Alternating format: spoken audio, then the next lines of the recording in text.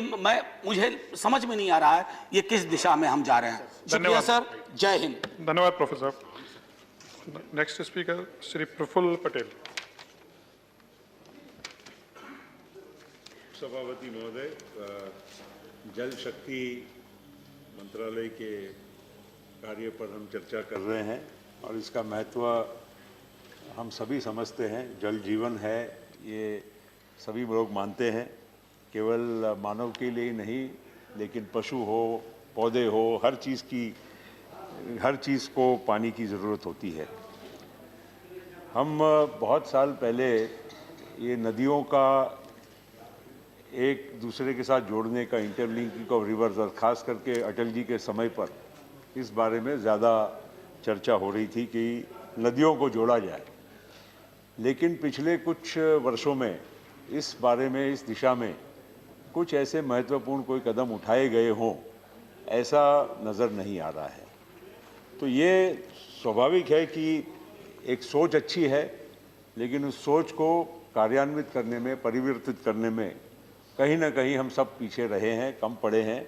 सरकारों की बात नहीं है, सरकारें कई आती जाती, इरिगेशन के प्रोजेक्ट्स और ये सब बड़े जो काम हैं, इसके लिए पीढ़ियों की पीढ़ियाँ चली जाती है, लेकिन उसमें सफलता बहुत समय के बाद ही मिलती है।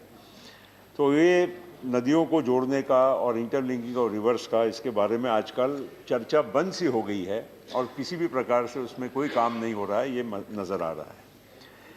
जहाँ तक बड़े प्रोजेक्ट्स हैं, प्रोजेक्ट्स हम लोग कई शुरू कर देते हैं, राज्य सरकारों की ओर से ही होते हैं अक्सर प्रोजेक्ट्स, बट उसमें कहीं ना कहीं निधि की जो उपलब्धता होनी चाहिए, इसमें सभी राज्य सरकारें पीछे पड़ती हैं। और इस वजह से हम लोगों ने केंद्र से, मंत्रालय के माध्यम से, AIBP था, कई ऐसी योजनाओं के माध्यम से हम इन प्रोजेक्ट्स को फंडिंग करने के लिए प्रावधान करते आए हैं। लेकिन पिछले कुछ वर्षों में मुझे ऐसा लगता है कि कहीं इस जो हमारी जो एक थ्रस्ट था, एम्फसिस था, उसमें हम कम पड़ रहे हैं। अब अक्सर आप देखेंगे, मैं केवल महाराष्ट्र की बात नहीं करता हूँ, हर राज्य में अगर आप देखेंगे तो प्रोजेक्ट शुरू हो जाते हैं, काम शुरू हो जाता है, लेकिन उसको पूरा करने के लिए 20 साल, 25 साल, कई बार 30 साल भी लग जाते हैं। वो प्रोजेक्ट को पूरा करते टुकड़े टुकड़े में होता है। जो प्रोजेक्ट कॉस्ट समझो कोई 100 करोड़ की होती है, वो बनते बनते 2-5 हज़ार करोड़ तक पहुंच जाती है।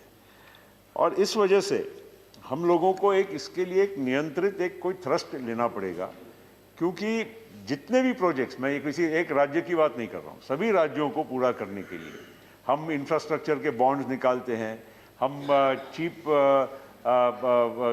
पैसा कैसे हमको कम दाम पे मिल सकता है, इसके बारे में हम सोचते हैं।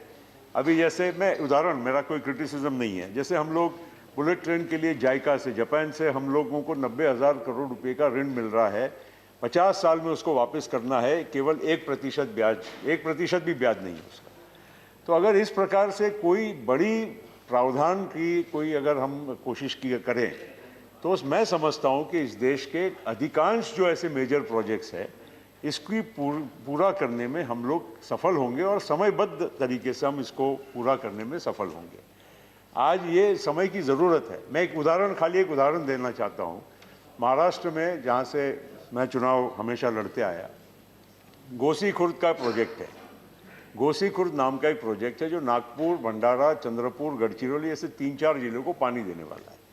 उसको राष्ट्रीय प्रकल्प करके घोषित किया गया था करीब 2011-12 में, और उस प्रोजेक्ट इनिशियली जो शुरू हुआ था 300 करोड़ की इनिशियल लागत से, वो अभी तक करीब 12-13 हज़ार करोड़ खर्च हो चुका है और अगला 10,000 करोड़ की अभी भी आज की तारीख में उसको ज़रूरत है। अब वो प्रोजेक्ट, नेशनल प्रोजेक्ट में 90% केंद्र का पैसा, 10% स्टेट का पैसा। अब वो AIBP ने और या वो नेशनल प्रोजेक्ट का जो उसको दर्जा मिला था, उसको अब हटा दिया गया है। हटा दिया गया, उसकी भी मुझे कोई आपत्ति नहीं, लेकिन पैसा कहाँ से आएगा?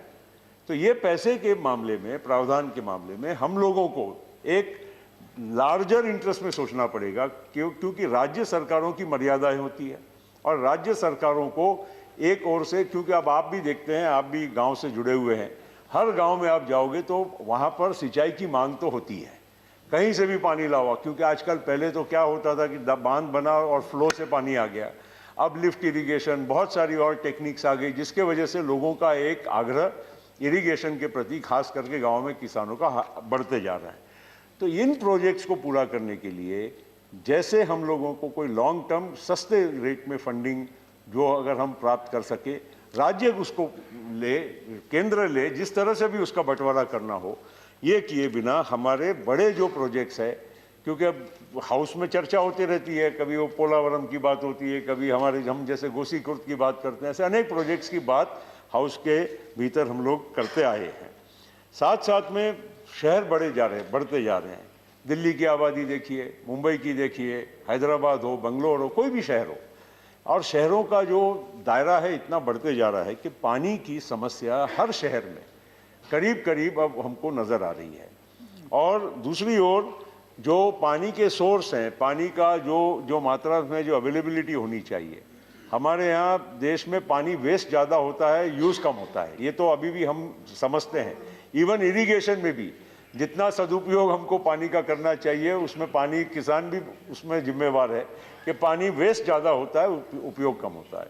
तो इसके लिए भी हमको सिटीज़ और अर्बन एरियाज़ के लिए भी वाटर शेड मैनेजमेंट हो, वाटर कंजर्वेशन हो, ये वाटर हार्वेस्टिंग हो, बहुत सारी चीज़ें कई वक्ताओं ने बोला, इसलिए मैं हर चीज़ को मैं नहीं कहना चाहूँगा, लेकिन इसकी भी बहुत एक गंभीर हम लोगों को चर्चा करके कोई रास्ता निकालने की ज़रूरत है। जल शक्ति मंत्रालय एक ओमनिबस, मतलब सारे अलग अलग पहलुओं को जोड़कर एक बड़ा विशाल मंत्रालय बनाया गया, अच्छी सोच है, लेकिन इस सोच को कार्यान्वित करके सफल करने के लिए हमको बहुत इसमें गंभीर और काम करने की ज़रूरत है। और ख़ास करके मेरा अंत में इतना ही कहना है कि जो राज्यों में जो प्रोजेक्ट्स पेंडिंग है और उसकी जो फंडिंग की अभाव है, राज्यों की कैपेसिटी बहुत, बड़े राज्यों फिर भी छोड़ दो, आज महाराष्ट्र जैसे बड़े राज्यों को भी समस्या है, तो छोटे राज्यों के लिए तो और ज़्यादा आर्थिक समस्या है। इसलिए पुनः मैं एक बार ये दोहराते हुए कि जिस तरह से आज जापान या बाकी बहुत सारे सोर्सेज से लॉन्ग टर्म फंडिंग